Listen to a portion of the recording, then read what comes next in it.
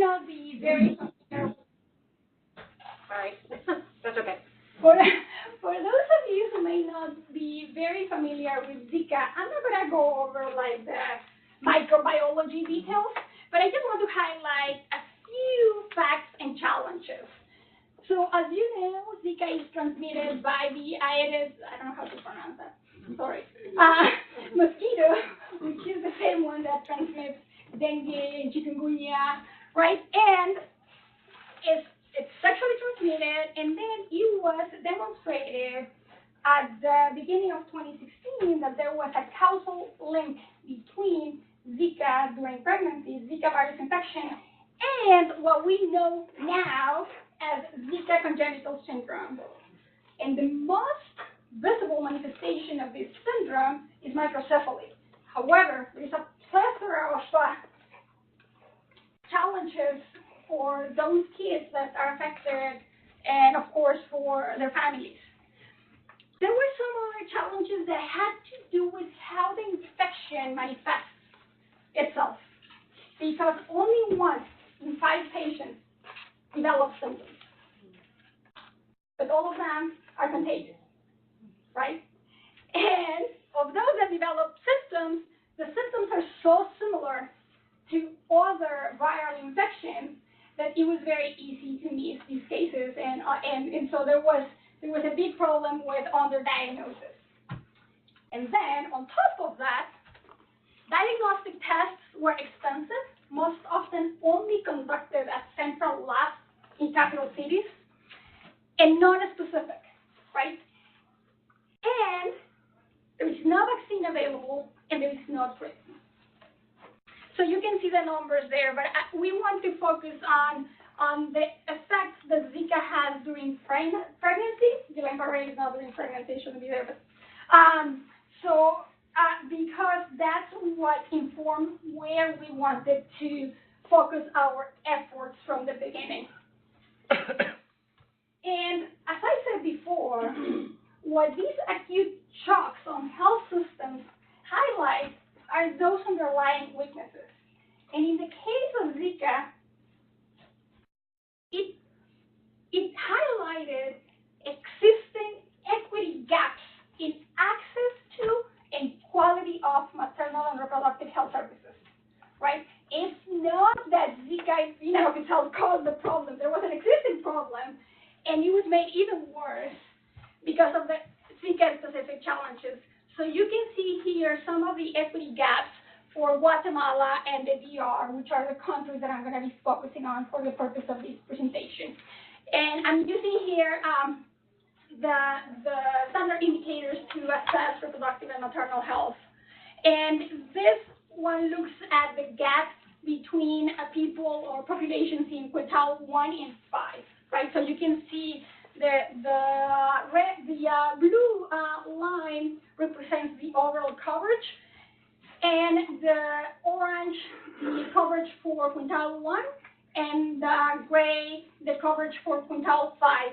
So I just want to highlight, in particular, the gap for Guatemala when it comes to facility-based delivery, which was key to diagnose microcephaly on time. And I'm going to come back to that. So, taking all of that into consideration, many international actors and NGOs came together, in total about 60 partners. There was a lot of funding that was mobilized at the beginning, right, to design a strategy to respond more effectively to Zika. A parenthesis here. The first cases were identified in Brazil in February of 2015. However, as it is often the case, Zika was not declared a public health emergency of international concern until January of 2016. So that, of course, had significant implications in terms of the spread. So the strategic response from WHO focused on 3 areas: surveillance, response, and research. For the purpose of this presentation, we're going to focus on the response aspect, which looks at improving detection, prevention, and providing providing care and support for those affected. And so the opportunity here for us was to use Zika and the money that came from Zika as a vertical intervention to really try to take a health systems approach and take into consideration all of those weaknesses and look very specifically at each of them using quality improvement methods and embedding implementation science into these strategies with the hope that we will be able to then influence policymaking.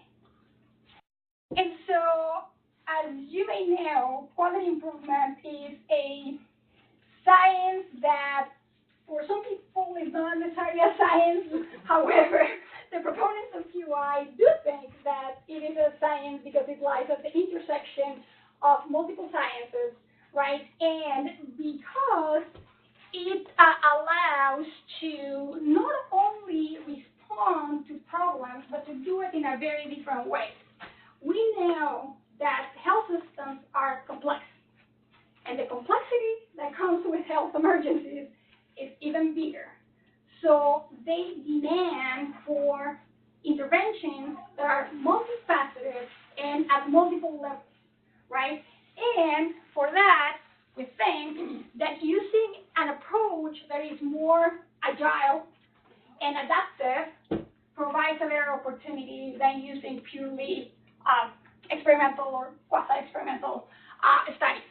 So we used what is known as the Breakthrough Series Collaborative Model, and this is because there was an opportunity to have multiple teams from multiple regions and from multiple countries work together to address this problem. I'll tell you a bit more about the scale and scope. And so one of the challenges that we faced as we were designing this project was the need to look at implementation. So QI and the BTS model have been designed to bridge the know-do gap, right? We know a lot, and yet we do very little, right? So the QI focuses not on the what, but on the how. How do we bring the science and translate it into practice, right? So we looked at multiple frameworks that have been developed by implementation science researchers, and we decided that it was important for us to look not only at the service outcomes and patient outcomes, but also at the implementation outcomes, if we were truly to try to better understand how to respond to emergencies, and also the features and contextual factors that affect the response. And so with that in mind, again, we looked at the implementation piece, of course, at the context as a whole, because these things don't happen in a vacuum. And one thing that I want to highlight here is that BTS collaboratives are usually implemented when there is a proven theory of change, when we know what we need to do. In this context, we didn't know exactly what to do, how to get pregnant women to accept condoms and bring them to their husbands and convince them to use them to prevent transmission during pregnancy, right?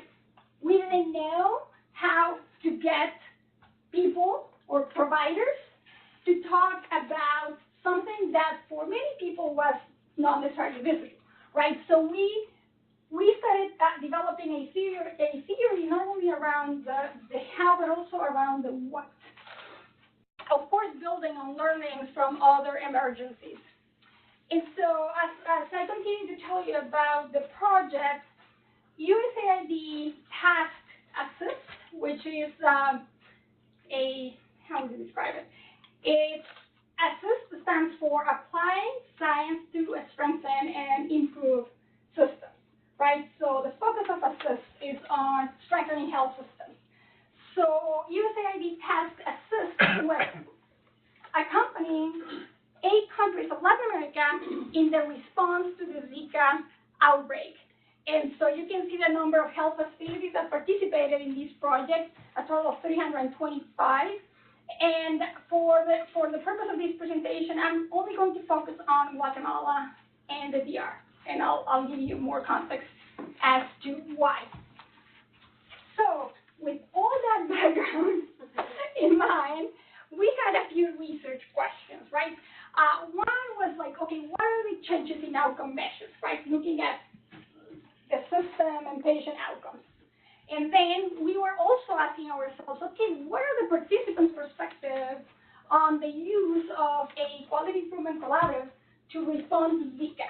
And what are the barriers, challenges, and facilitators at the systems level to adopt such an approach?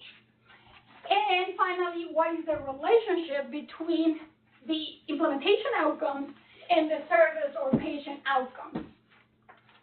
And these, again, with the aim of exploring whether a QIC approach is really an approach that is feasible and that truly can be used as a mechanism to respond to health emergencies. So, if there's any questions, please feel free to interrupt me. So as I said before, this was a multi-phase and multi-level intervention. So we used a multi-phase mixed methods design. Don't worry, I'm sure you can't read that. I'm going to go phase by phase, right? But the purpose was to respond to the research questions that I posed before using both quantitative and qualitative data. And I said that we focused on Guatemala and the Dominican Republic. So just for context, you can see how the health facilities were distributed, and they were distributed between rural and urban areas. I'm going to show you some more information, and here are some of the demographic and health system characteristics. So even though all of the activities are being conducted across 8 countries of Latin America, to look more closely at the questions that I asked before, we focus on these 2 countries because they are very similar in many ways. They share some common demographic, economic, and health systems characteristics in terms of coverage, in terms of the split between urban and rural, and also in terms of the number of cases that have been reported up until when we launched the initiative. And so as for the implementation strategy, and I just want to note that I'm calling it implementation strategy and not intervention, because I think, and it's one of the issues when it comes to research is that if we keep calling it intervention, when we're looking at multiple factors, I think we kind of like narrow it down and talk about something that is more concrete. And so implementation science researchers have proposed that we talk about this as implementation strategy. So our implementation strategy used this approach. The previous picture that I showed to you was more generic. So this is the specific Zika one. And one thing that I wanted to mention is that as part of this collaborative model, so we didn't have a theory of change, right? And I said that's usually how QICs are implemented.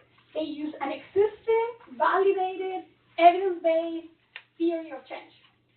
So because we didn't do that, after defining our aim, which had to do with improving Zika-related health services in antenatal care, postnatal care, newborn care, and then care and support, and identifying stakeholders, we developed a theory of change, right? And we basically got experts from different disciplines together to, based on previous experiences and the literature, propose a theory of change of how we could respond to Zika. However, we were not sure. We didn't have a high degree of belief that that was going to work. So that's why we used the first months of the initiative to test these changes and refine our theory of change. And I'm going to be referring to that as our pilot phase. And after that, we harvested all of the lessons learned and all of the change ideas that teams tested and that they had a high degree of belief that worked, and created a change package that we then distributed to all of the participating facilities. And I'll tell you a bit more about that. And so as part of this model, the premise is that if we work together, if we collaborate, we can make progress faster and we can get better outcomes, right? So we created spaces for teams to come together and share their experiences as well as barriers, challenges, facilitators, and lessons learned. And we also provided ongoing support. Typical collaboratives usually have in-person learning sessions, right, that last between 2 to 3 days and occur between 4 and 6 months. You can imagine that given the scale and the scope of this project, that proved to be very challenging. So we had to be very innovative and think about other ways in which we could create those spaces. So we leveraged technology, Zoom in particular. I have nothing with Zoom, but and really brought people together using virtual sessions. And having also people, we created like a hub model that I'm going to explain in a minute. So here's how we did it, right? So we had quality improvement teams in each of the health facilities. These are the, like, the little points here. And then we had one quality improvement coach for 3 to 5 facilities or teams, right? Here's the coach. And then we had here's the coach. And then we had a country manager, right? And that person was in turn working with the QA coaches. And then we had regional managers, right? Those who harvest ideas from all of the participating countries. And that was our way of really enabling cross-fertilization and sharing. And so we did that for all of those 8 countries to test this theory of change. I don't want you guys to read the whole thing, right? But basically, we said, okay, what are the main drivers that we think are going to enable us to more effectively and quickly respond to Zika? And that was, of course, building capability at multiple levels, but not only from a clinical perspective, but also focusing on health systems and QI. So, and we also, for that, leveraged virtual technology. We did a lot of virtual trainings. And then the second one focused on improving the reliability of processes, the processes that were involved in Zika-related care, optimizing and improving workflow, and more importantly, making sure that we provided people-centered and even people-driven care. And I think this is actually a lesson that we learned from Ebola, right? And so here, for instance, we were working in some cases not with the ultimate actors, right? Like I was saying before, using the condoms example. We know will come to the clinic, they will be provided with condoms. So just imagine, this is Latin America, right? You have a pregnant woman coming to the clinic. Most people, I don't want to generalize, in rural areas in Latin America wear condoms to avoid pregnancy, but they're already pregnant, and they come to the clinic, and then you give them a condom and tell them that they now have to go home and convince their husband that they have to wear it to prevent the transmission of a virus that can have some consequences on the baby. So at the beginning, most of the women would just like take them and leave them at the clinic. They were like, if I do that, my husband's gonna beat me. He's gonna think that I'm sleeping with somebody else. So I think that there were, again, many similarities with Ebola in the sense that it was very important for us to make sure that we listen to the patients and that we actively involve them. And not only the patients, but also the affected communities in their response. So some of the community leaders actually played a huge role in engaging men and in actually working on prevention efforts. So back to the boring part. So with that implementation strategy in mind, we started to look at the to use these methods to generate some findings. And what I'm going to do is not the standard, but I'm going to show you both the methods and the findings, like phase by phase. So for phase one, we were looking at the changes over time and some of the outcome measures that we had proposed for some of the activities that we were carrying out. And for that, we used quantitative data from all participating facilities from both countries, right? You can see here some of the socio-demographic characteristics of facilities, and this is actually a limitation that I'm going to highlight later on. In the Dominican Republic, there were no primary care centers participating, unlike in Guatemala. All of the participating facilities from the DR were hospitals. And you can see that they were of different sizes, and some of them were teaching hospitals, most of them, and some of them were smaller and were not. And this is going to be very hard to see. But basically, so we conducted a two-sample t-test to compare the results from the pilot phase, remember those first 8 months, with those from the implementation phase. And the researchers here are going to be like, okay, and what happened to the baseline? So most of these measures were new. There was no existing data, right? Because if you look at it, we're looking at percentage of pregnant women who are given condoms. That didn't happen before. It happened in some studies in the context of HIV, but not really. And they didn't really document it, right? And then, of course, all of the activities that were Zika specific, such as counseling, screening, didn't happen before either, right? So we did have some baseline data because the intervention started in February of 2017, right?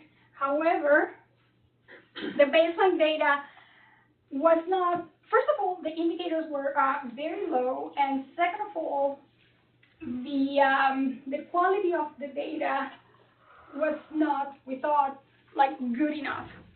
So the one thing that I'm going to highlight here is that if we compare the mean from the pilot phase with that from the implementation phase, the change over time was statistically significant for all of the indicators. And you can see here the data over time. And as you may know, in quality improvement, we believe that it's key to look at data over time to better understand variation. So we use control charts, P charts, because all of the measures were percentages, and apply control chart rules to interpret them, and to try to identify what we in quality improvement refer to as special cause or non-random variation, right? So you can see here how the blue circles represent a special cause that is positive, that goes in the desired direction. And the red ones do the opposite, right? So this is for the 6 indicators. You can see how, for all of them, we identified special causes, and then you can also see how the indicators moved over time and the variation in the data. And you may start to notice some patterns, right? Especially around like when the change started to happen, and I'm gonna come to that later. But then, for instance, something interesting happened in Guatemala. This is for, I'm sorry, it's hard to see at the bottom. So for Guatemala, they were doing great in terms of, for the first indicator, percentage of women who received condoms. And then all of a sudden, in April and May of 2018, that dropped. And that happened across all of the participating facilities. And that's actually one of the reasons why we believe that it's important to look at data over time because, as Marcelo Pagano says, the mean hides a lot. So, so we did, and it so happens that there were common stockouts across the country. So there, like USAID ended up making a donation of thousands of condoms and distributing them, which I'm gonna come back to later in terms of what that means for sustainability. Okay, here are some of the other indicators, and you can see similar patterns. So this is Guatemala, and this is the DR. For all of the indicators, all of them by November of 2018 had already met the targets that USAID had set. And I know you're going to have some questions about that, so we'll spend some time talking about that. And so with that, we said, okay, this is working, and moreover, we noticed that the change actually happened when we transitioned from the pilot phase to the implementation phase. When we finalized that change package and distributed it to all of the participating facilities and accompanied them in the adoption and adaption of that change package, but they didn't have to continue to test and reinvent the wheel from scratch. Of course, they were still testing changes, but using ideas that had proven effective in some other facilities. So then, as part of phase 2, we decided to, this is not the final version, well, we decided to explore the participants' perspectives on implementation outcomes. Remember that I mentioned Enola Proctor before and some of the frameworks that come from implementation science. So we looked at those perspectives using both quantitative and qualitative methods. We interviewed different stakeholders and circulated an online survey. So we designed a 34-question survey that looked at different implementation outcomes and also elicited some more qualitative data by using open-ended questions about challenges and facilitators. And for the qualitative data, we conducted 18 interviews between both countries that included frontline providers, MOH staff, and quality improvement coaches from both countries. So here are some of the findings, and I'm just going to highlight some of the ones that I think are relevant, and they have to do with a couple things. First, the role in the QI team or in the project, because they had different perspectives, which was affected, right? The other one was whether they had formal training in QI. And not just that, but also the average number of QI training sessions, and that varied. They, like most of them, had between 1 to 3 or 4 to 6. So, and it varied for the DR and Guatemala. And then we also looked at the experience. So not only the knowledge, because we do believe that QI, I mean, you learn by doing. So most of them had less than 1 year of experience. However, for Guatemala, it was different, and that's actually something that is going to be really interesting when we look at the data.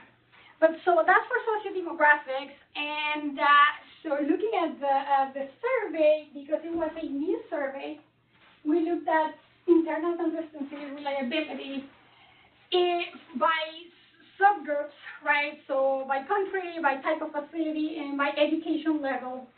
And for all of them, the convex alpha coefficient was good. It was higher than 0.8. Here you can see, or maybe not, the different elements that the survey assessed, right? So we looked at feasibility, appropriateness, adoption, level of adoption, fidelity, right? And I'll mention some of these later. Ease of use, visibility of outcomes for providers and patients, potential for sustainability, which is something that we were very, very interested in looking at, and satisfaction with the methodology. Don't worry about the numbers. I'm going to show them in a way that I think makes more sense. So here you can see the participants' perspective. So we used a Likert scale, right, going from either strongly agree to strongly disagree, or very high to very low, right? And a lower score in this case was better. So because the strongly agree was corresponded to 1, and the strongly disagree to 5. Okay, so you can see how the distribution of the responses, and it's actually very interesting. So for feasibility and appropriateness, you can see mostly like dark blue, right? So they said, okay, yeah, it's feasible. The methods are appropriate to respond to emergencies. But then, when it came to adoption and fidelity, the responses were different, right? So when it came to adoption, they talked about the resistance that they faced in the beginning from the participants, from the team members, and from the rest of the staff in the participating facilities. They also highlighted that it took them a while to be able to adopt the different elements of the strategy.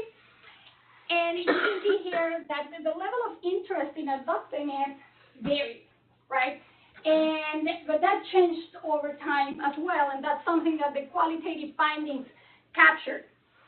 And then the other element that we were very, very interested in looking at was fidelity, because we know that oftentimes if we want to assess whether an intervention or a strategy works or not, it's important to make sure that it was implemented in the way that it was designed. So here they said that they actually had to make, this is inverted, right? That they had to make a high number of modifications and adaptations to the project, and the level of adherence to the strategy, to the measurement strategy was low. And that's also something that is very important when it comes to looking at the measures, and also when it comes to sustainability. As for ease of use in general, they said that it was easy to use. That the QI methods and the elements of the QIC were easy to use. They said that the outcomes were actually very visible, and the qualitative data actually offer some examples. And then when it comes to potential for sustainability, this is actually interesting. Here they said it's high on the quantitative survey, right? You can see the light blue that corresponds to high. However, in the open-ended questions, they said, yeah, the potential is high. However, we have a very low degree of confidence that the leadership is going to continue with this after assist leave, which is not surprising, right? And satisfaction was also very high across the participants. Let me stop there, because I see some people yawning. I know it's a long presentation. Are there any questions, comments, reflections so far? I'm almost done. Okay, I'm just going to move fast. So after looking at the results from the survey, we tried to look for some association between socio-demographic characteristics and the survey score.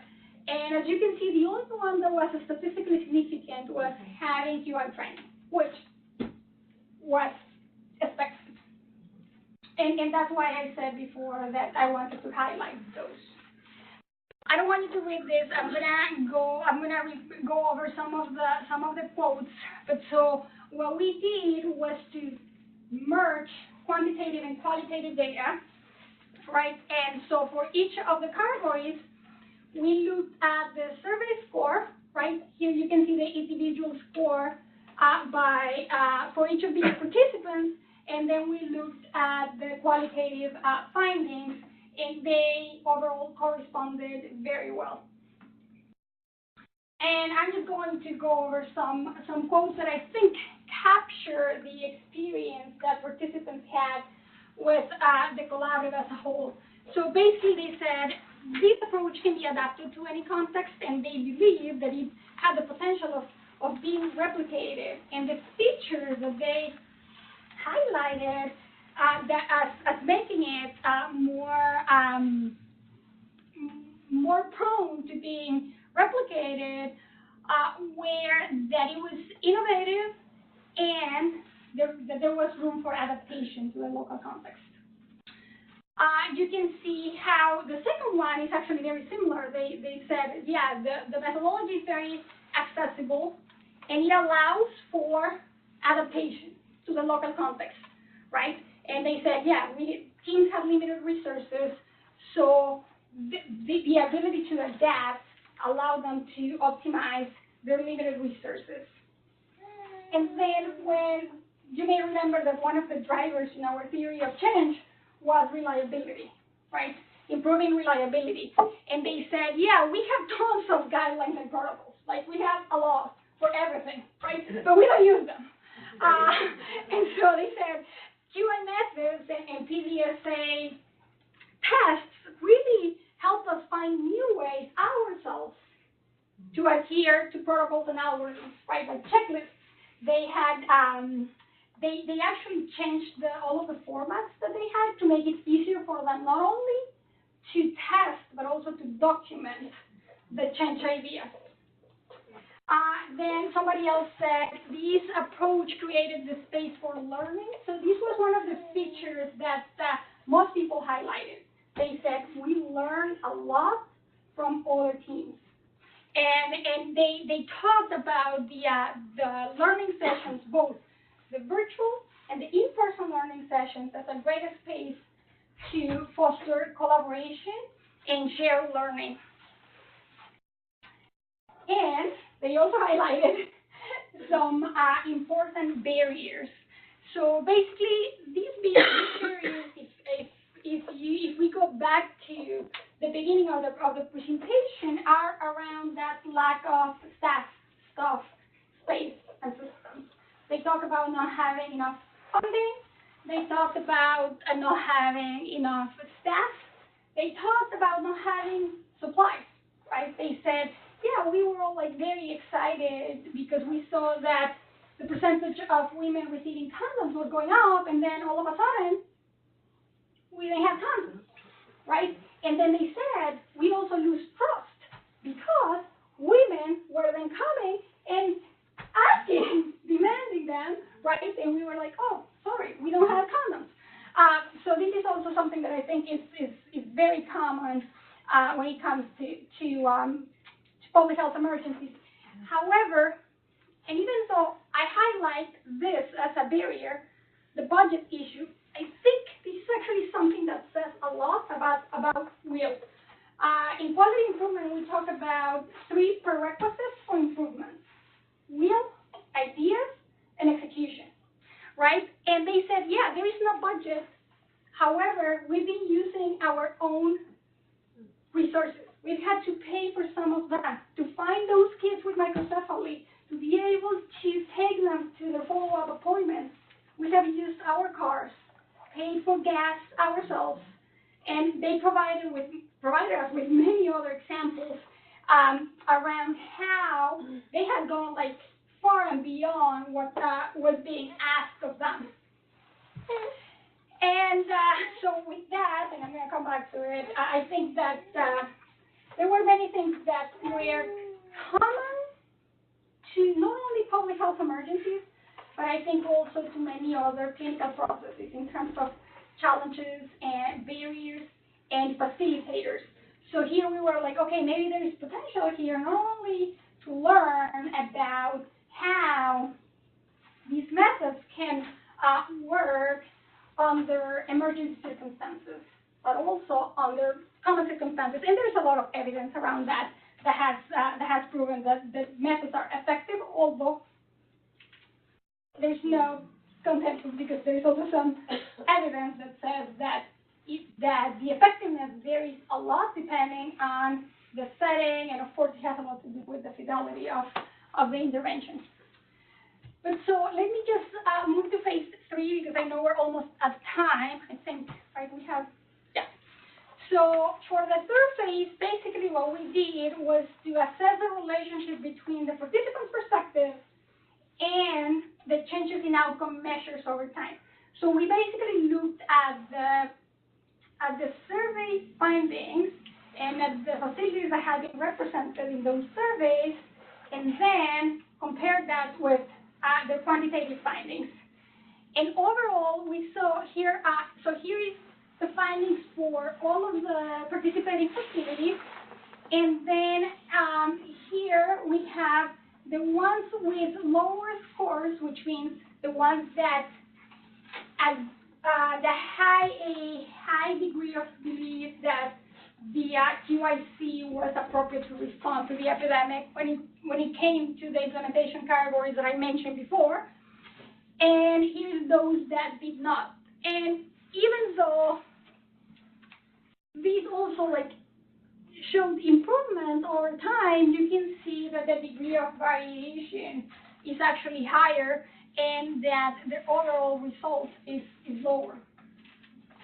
And that applies for all of the indicators except for receiving counseling and knowledge, actually.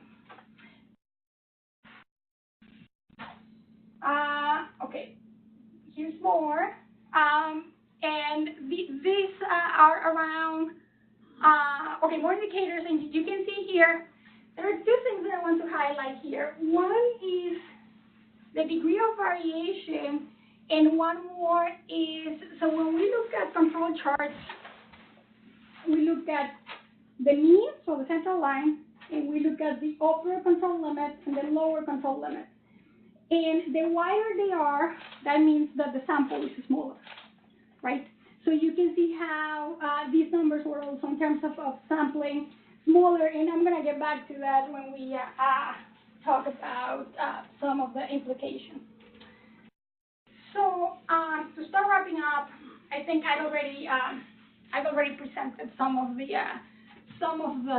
reflections on our findings, but so we found that for all outcome measures, the change when comparing the pilot with the implementation phase was statistically significant.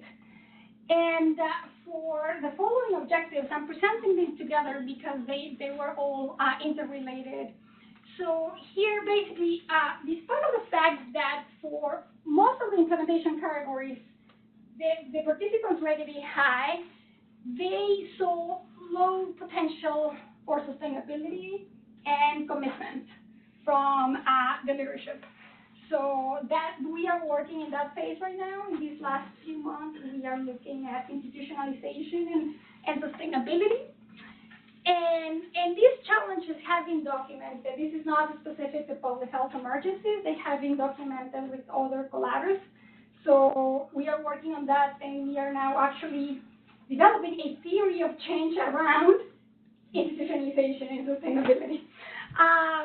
However, they also recognized some key success factors, right? They said having a common sense of purpose, which is fundamental for a quality improvement collaborative, it gave us meaning. It gave meaning to what we did. They also highlighted leadership and commitment, even though, and this is interesting, they highlighted low commitment to sustaining the intervention, but they also highlighted high commitment at all levels to implement the quality improvement collaborative. When we expanded on it, they had to do with the fact, or they explained it as, okay, we're going to lose funding, right? Assist is living, so how do we continue to do that? So they actually said our lack of commitment to continue has more to do with us not thinking that we're going to be able to because we have many other competing priorities. Teamwork, and this one is actually very important for us, the use of data to guide decision making. They said before, the Ministry of Health asked to report multiple indicators, right? But we use data for judgments, right? We never get feedback. We don't get to see where we are. We don't get to see where we are in relation to others, right? And they did highlight that having the QI coaches come back to the facilities and show them the run charts and actually look at them closely so that they could better understand the story behind the numbers has been really important for them. The shared learning and collaboration, and then the flexibility of QI methods to be adapted. And this is actually something that is really important, I think, in terms of findings, because, and this is not to introduce another framework, but, you know, the Margaret Cook and some other people have been talking about the resiliency of health systems and the elements that are key for systems to be resilient, especially resilient to shocks. And one of them is the capacity to adapt. And so we want to look more closely at these aspects.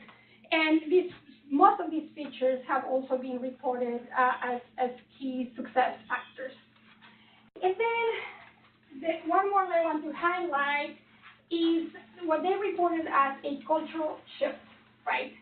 They said we didn't know about quality improvement. We thought that quality improvement was what we were doing before. So basically reporting data and just that, right, and not getting feedback.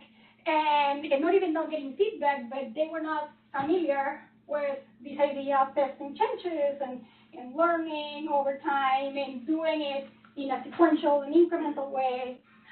So they said that, and they said, well, now teams that at the beginning were very resistant have already started to apply what we did for Zika to other care processes. Earlier today at 10 a.m., I had a phone call with people from Guatemala. They were at the learning session, and I joined virtually. They said that, right? I used Mentimeter, and I asked, hey, are there any other areas where you have used what you've learned? And they said yes. For in general, maternal mortality, right? Other aspects of reproductive health. And they also said before, our OB/GYN people didn't talk with the pediatricians. And now they communicate. Now they call it a cascade. So that continuum of care, they said before it was broken, there was no connection. And now we talk. And I mean, they keep highlighting some of this that captures that element of systems, that component that we think is key, which is culture. Now I wish Paul was here because he would say, don't waste time going over your limitations. But we had plenty. And I think that we actually knew that these were limitations from the very beginning, some others maybe not. But so we didn't have a control group. And then in terms of the trends, those could have been like secular trends. For the qualitative, even though that's one of the sampling methods, so the participants were purposefully selected as were the facilities. I was working with the team that was in charge of designing and actually overseeing the implementation of the project. So in full disclosure, that may have biased my interpretation of the findings, and we use self-reported data. And I think this is actually a challenge that is common to all quality improvement projects. We basically use routinely collected data. I think it's a challenge, but it's also part of reality, right? Part of like working in the real world. So, however, there are mechanisms that I think can be put in place to make sure that data is as reliable as possible. So in general, as a conclusion, we think that QA methods have potential to be used not only to respond to health emergencies, but also to prepare for health emergencies. And we also think that it has the potential, so going back to this idea of using a health system strengthening approach, what we are seeing and what they're telling us about how they've been using the lessons learned and even the methodology to work on other areas and strengthen other processes within the system gives us hope that there is potential there to really see QI as something that is cost-cutting, not QI applied to Zika, but QI applied to the system. And so now we are shifting the conversation as we move into the last phase of the work, and we are now talking not about institutionalizing the QI processes that were developed, but the methodology, and applying it to all of their processes. So these studies also allowed us to assess or to better understand the how, the how the work was carried out, what features participants valued most, what were the challenges, the barriers and the facilitators, and given the fact that we did in the context of a QI project, learning about those barriers and challenges really helped us to adapt over time and respond in real time, and to learn and adapt. So in terms of recommendations, we think that there is potential for using QA methods to prepare for and respond to future health emergencies. And we think and we recommend that organizations are more intentional from the very beginning about truly embedding QI into the system. I don't think we did a good enough effort, and we are seeing it now. Granted, at the beginning, we were facing many other challenges that were affecting that. And I think we also, at the beginning, because there was that sense of urgency, created a parallel system when it came to data collection and some of the Zika-specific activities. And we think that these efforts should be integrated into existing structures and programs. And so this morning, I was very happy to see that they were saying, now our epidemiology department is on board. And I was like, yes. And that's something that we should have done from the very beginning, and we didn't. And I don't know why I included that comment. And then using some other designs, even if it's just for a small sample, just to make sure that we have more robust data or more rigorous data that allows us to account for some potential confounders, of course. And I'm going to stop there because I know we're at time. I want to thank you all for your patience. Any comments are welcome. There are many people that I would like to acknowledge, but in particular, I want to acknowledge the teams that were a part of this effort. They choose to be a part of it. At the end, they were very happy, and just seeing their level of commitment, passion, and just excitement and willingness to continue to do more was so rewarding. So I'm just very grateful for that. And there is one person in particular, well, two people in particular that I want to take a moment to thank. One of them is my research assistant and friend. All of the beautiful graphics that you saw there, I did not create them, some of them. It was her, and she's been with me for everything, and well, my husband has also been there every step of the way. Well, that's it. Thank you.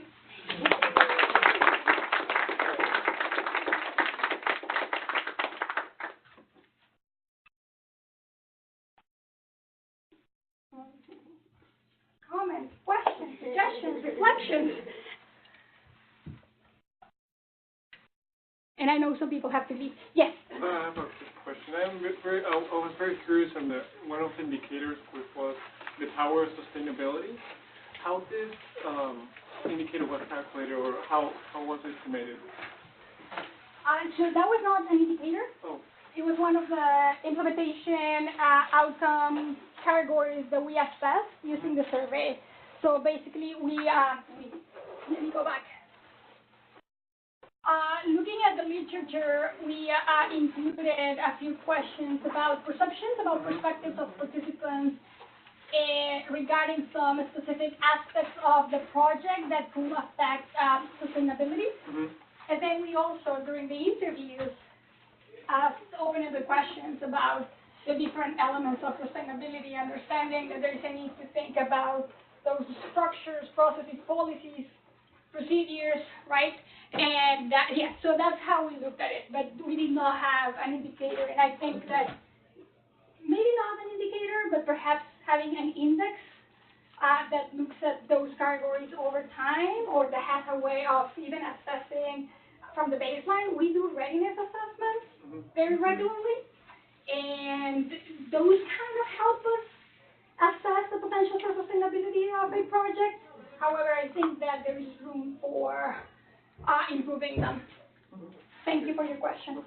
Yeah, I'm interested also in the sustainability. As I want to ask about Zika virus in particular, you've talked a lot about how there's 1 in 5 only show symptoms. And as I understand it, correct me if I'm wrong, but there may be a lot of babies born normocephalic that aren't picked up now, but have a deterioration ongoing. And if I could, give you the magic money, to sort of think about how you could build on the work you've done now to build some kind of tracking screening program, because it's a lot of babies and potentially a big problem. Thank you so much for that question. I think it's just so relevant because, so there were a few things. One, we realized that not only physicians or clinicians were not measuring head circumference properly, right? And then, of course, WHO, CDC released these guidelines, and also the measuring tapes, right? And to help with that. But then we started testing change ideas to get them to measure. And then we faced challenges with documentation. And you are not going to believe this because you know these settings. So we were like, okay, now they're measuring it correctly because we were doing active observation, but they're not documenting it. And you know what was one of the main challenges? That in the registry, in the newborn registry, the column for them to document the head circumference was this big. There was no room for decimals. So they would round up or down. And when it came to interpretation, which is the next step, and so we believe that there were many cases of microcephaly that were missed. Of course, due to many other reasons, but that was one in particular. And so we then worked on interpretation, and one of our change ideas that actually became part of our change package was to measure head circumference not only at birth, but also 24 hours later. And to have someone different from the person that had measured the first time do it again. And when I said we had to adapt for the forms, one of the super simple changes was to say, hey, Ministry of Health, you need to to allocate more space for people to document, and actually even provide them with the criteria for how to assess microcephaly. Because the other issue is that you know that there is mild and severe microcephaly. So severe is actually hard to miss, right? However, most of the cases are mild. And that's the other challenge. So we then started to see how these children started coming back to the clinic. If you go back to 2015, these children are now 4 years old, 3 to 4, right? And they started showing some developmental delays, right? And so it's really hard to say it was Zika, right? But now we know, and they've been diagnosed with microcephaly. However, that happened years later. And then, to go back to your question and offer, so what we are doing now is working with Save the Children and UNICEF and some other NGOs to help to link primary care centers with hospitals and have actually that screening happen. So now primary care physicians are screening for microcephaly all the way up until children who are 5. Oh. And we have identified several, a good number of children and with microcephaly. And again, we don't know if it's due to Zika, but then the other unintended and positive consequence is that there are many other factors that can contribute to microcephaly. There are many other causes. Right, sure. Right? And so those cases, before Zika, were also, were missed. Yeah. Right? And so now we don't really know if the number of cases that have been reported really is Zika related or not, which honestly doesn't really matter, because at the end of the day, it's about providing them with the services and support they need. But yeah, so we are doing that. Thank you for your recommendation. And we are now, well, not me, somebody else, working to try to get a funding to continue that piece of work. Excellent. Yeah, it's nice to use such conferences because it's quantitative and not waiting for developmental delay. So that's great. Yeah. That was a very long answer. Thank you.